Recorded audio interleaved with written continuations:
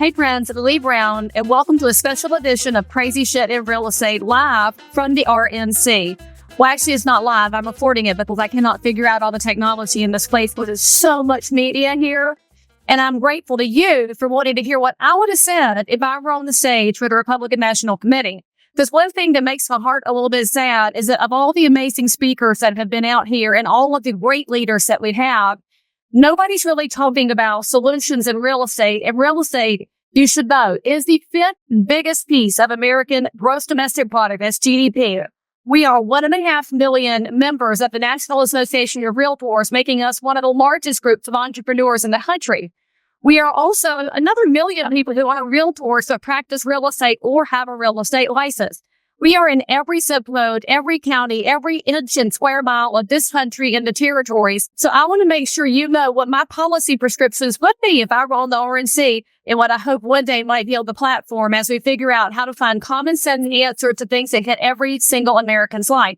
So here's where I want you to start. We had the Teamsters here on the first day of our convention for the first time ever, and he talked about the American workers. I want to support American jobs too, but some of those American jobs are realtors. We are micro businesses, y'all. And when you hear people call us a cartel or a mob or a mafia, we're not. You're a bunch of really tiny businesses who choose to work together to find common sense answers to property rights, which are wildly being attacked right now.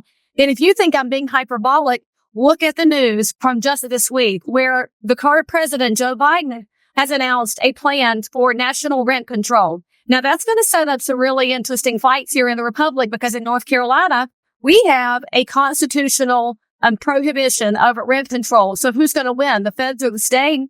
My bet's on the states. But we shouldn't even be having this conversation, y'all, because rent controls are bad for tenants because it reduces housing opportunity. They're bad for landlords because in an inflationary era, how are landlords supposed to continue paying for maintenance, upkeep, and property taxes? You need to be, regardless of party, loud and proud to fight rent control. This is coming from the people who don't understand how housing works. And there are white papers that go back for decades in every city that's tried it. It fails every single time. And if you're a policy wonk and want that information, reach out to me. What I want you to know is that there is very little clear and concise message from the National Association of Realtors.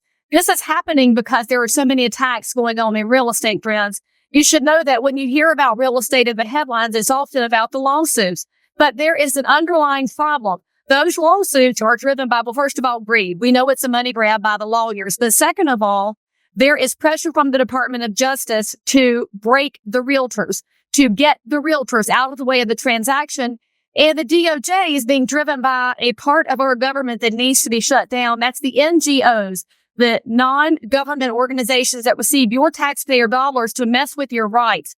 The one that is behind all of the DOJ stuff, and this goes back over 30 years, friend, you can look it up, I got receipts, is the Consumer Federation of America. I do not know, you've hurt their feelings once upon a time, and maybe they had a bad phone call with the realtor, and now they're determined to destroy homeownership. The Consumer Federation of America supports 100% Democrat politicians. For me, I like looking at organizations that are not driven solely by party, but are driven by very smart policies, which is why I find myself in the Republican Party. I may not agree with everything, but those are the policies that closely mirror my foundational beliefs and that support my profession, which is organized real estate, and that support the homeowners who want to have their own piece of the American dream. The Consumer Federation of America also receives a lot of money in grants, and that's coming from your federal government. Friends, the NGOs need to be stopped. I've heard a lot of talk from powerful leaders like Vivek Ramaswamy. I've heard Ben Carson. We've heard Ron DeSantis. We've heard, Sarah Huckabee Sanders was nailing it. She's amazing. We have J.D. Vance tonight. We have President Trump tomorrow. They're all talking about how the administrative state needs to be stopped in its tracks, but they can't stop with the administrative state, y'all. The NGOs have to go. So I'd like to see that happen to save real estate. There is no reason for any NGO or government letter agency, so not the CFA and not the DOJ. They're trying to put in price controls, y'all, not just on rent, but on homeownership. And where did I get that? They want to tell you if you're selling a house, how you can and can't incentivize buyers. Sellers shouldn't have every choice in the world, which they've had for a long time because the realtors have always supported choice. If you're watching this and you can read the headlines and you think there's one set commission rate, you are sorely misinformed, because just in my market in Cabarrus County, North Carolina, I can tell you that there are as many business models as there are realtors. And one of the things that we love is having a conversation with the consumer and allowing them to figure out what they want to do. That's changing right now, and change isn't necessarily bad. We're going to explain it differently. That's fine. But we have to have support from the government agencies who are the backing of our loans. You should know that 80% of mortgages are backed by Fannie Mae and Freddie Mac, and those are government-owned entities, the GSEs. They need to be reformed. This platform needs to look at Fannie Mae and Freddie Mac and figure out where the money is going and how it can be more efficient on behalf of the American consumer. Now, while we're talking about government-backed loans, there are some people who love to troll me on YouTube. Hey, trolls, what's up? Y'all keep telling me that nobody should be financing commissions into their mortgage. What I will say is that if a consumer wants to take out a loan, they should be able to wrap in their mortgage, their closing costs for their loan, the refrigerator, the fenced yard, whatever they want to wrap in that is attached to that property should be allowed. And that includes commissions if that's the desire of the American public. So I'm really hoping that the next administration is going to make permanent the VA rule that allows veterans to have the same choice as every other American citizen, and to make sure that Fannie Mae and Freddie Mac are not in the way of consumers who may want to hire professional representation but don't have a ton of cash. Now, I want you to know a little bit more about this government backing, because if you're tired of inflation, raise your hand, say hey in the comments, what's up? The problem with inflation is that it's driving up the cost of everything. The current president, President Biden, said that housing is more expensive because realtors charge commissions. Y'all, that is a lie. The cost of housing is up because of supply and demand. But I want you to notice something. Every time this administration does something about real estate, they add to the demand side, not to the supply side. We have a supply side inequality. President Trump was quoted in Bloomberg as saying he wants to work on reducing regulations and the permitting costs that are stopping housing from being built. We need to figure out where the smart growth policies are. And guess what? President Trump, please put some realtors into your close group of advisors, because we understand smart growth. You say yes sometimes, you say no sometimes. I also want you to know that a new scheme is being had just going to make inflation worse. And I know y'all are not ready for inflation to be worse, but guess what, friends? The government is now offering to do a federal backstop on second mortgages. Here's what that means. You can have a house with a heck ton of equity and you want to access it. Right now, those home equity lines are not backed by the government, so they're in secondary position. The interest rates are really high.